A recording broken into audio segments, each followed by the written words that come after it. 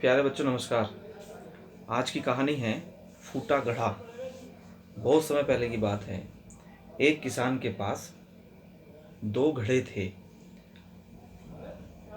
क्योंकि उसको दूर से झरने में से पानी लाना होता था। तो जो बड़े बड़े घड़े थे उनको वो एक डंडे में बांध लेता था और उस डंडे को अपने कंधे पर रखता था। एक गधा उसके दाहिनी तरफ और एक गधा उसके बाईं तरफ। उसको लेकर वो जाता था और उसमें दूर झरने से स्वच्छ जल भरकर अपने परिवार के लिए लेकर आता था। तो उसमें से एक गड़ा फूटा हुआ था, यानी उसमें कम पानी आता था, आधा पानी ऐसा आता था। 2 साल तक लगातार ऐसी प्रक्रिया ये चलती रही।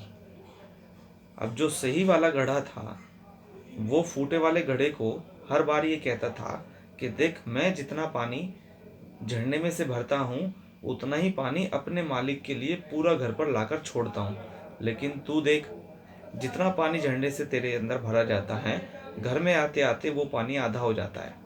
तू क्यों फूटा हुआ है? और मुझे देख, मैं तो नहीं फूटा हुआ, मैं अपने मालिक के साथ किसी प्रकार की कोई गद्दारी नहीं करता। तो 2 साल तक ऐसे चलता रहा। अब वो जो फूटे वाला घड़ा था उससे ये रहा नहीं गया और मन में ऐसे पीड़ा होती थी कि मेरा मालिक इतनी मेहनत करता है, मेरे अंदर पानी वहाँ पूरा भरता है, लेकिन घर आते आते वो पानी आधा हो जाता है। अब बड़ा शर्मिंदा भी था इस बात को लेकर, उससे रहा नहीं गया। तो उसने एक दिन किसान को ये बात अपनी बोल दी। तो किसान ने कहा, कोई बात नहीं, तुम ऐसा करना, कल जब हम आएंगे तो तुम फूलों को देखते हुए आना। तो गधे ने कहा, भी ठीक है, अब मैंने मालिक को तो बता दिया है, अब मालिक ने बोला है तो आज्ञा माननी पड़ेगी।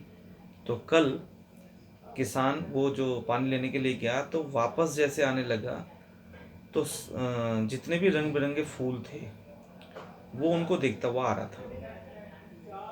तो उसका मन थोड़ा सा हल्का हो जाए, मन ठीक हो जाए, इस वजह से उसको बोला था।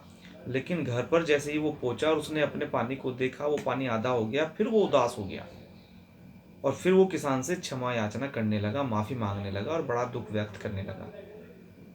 तो किसान ने, यानी उसके मालिक ने, उसकी बात को सुना और कहा, कोई बात नहीं, लेकिन मैंने जो तुम्हें कहा था कि रास्ते में जितने भी फूल पौधे पड़े तुम उनको देखते हुए आना, ये तुमने किया, लेकिन एक बात नोट नहीं की कि जितने भी फूल थे वो सारे के फूल तुम्हारी ही तरफ देख रहे थे, उसकी तरफ नहीं देख रहे थे।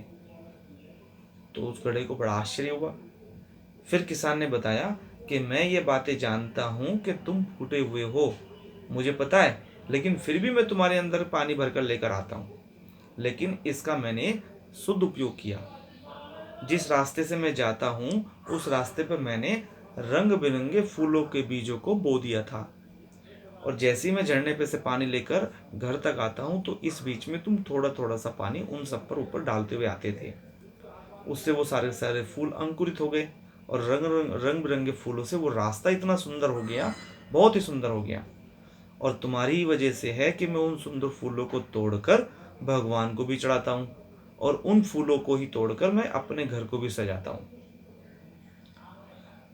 तो प्यारे बच्चों, किसान ने जो ये जो घड़े का और फूलों का जो बताया उसने, तो हमारे अंदर भी अनेकों कमियां रहती हैं, लेकिन हम भी इस लॉकडाउन में आसपास में सेवा कार्य में लगे होंगे।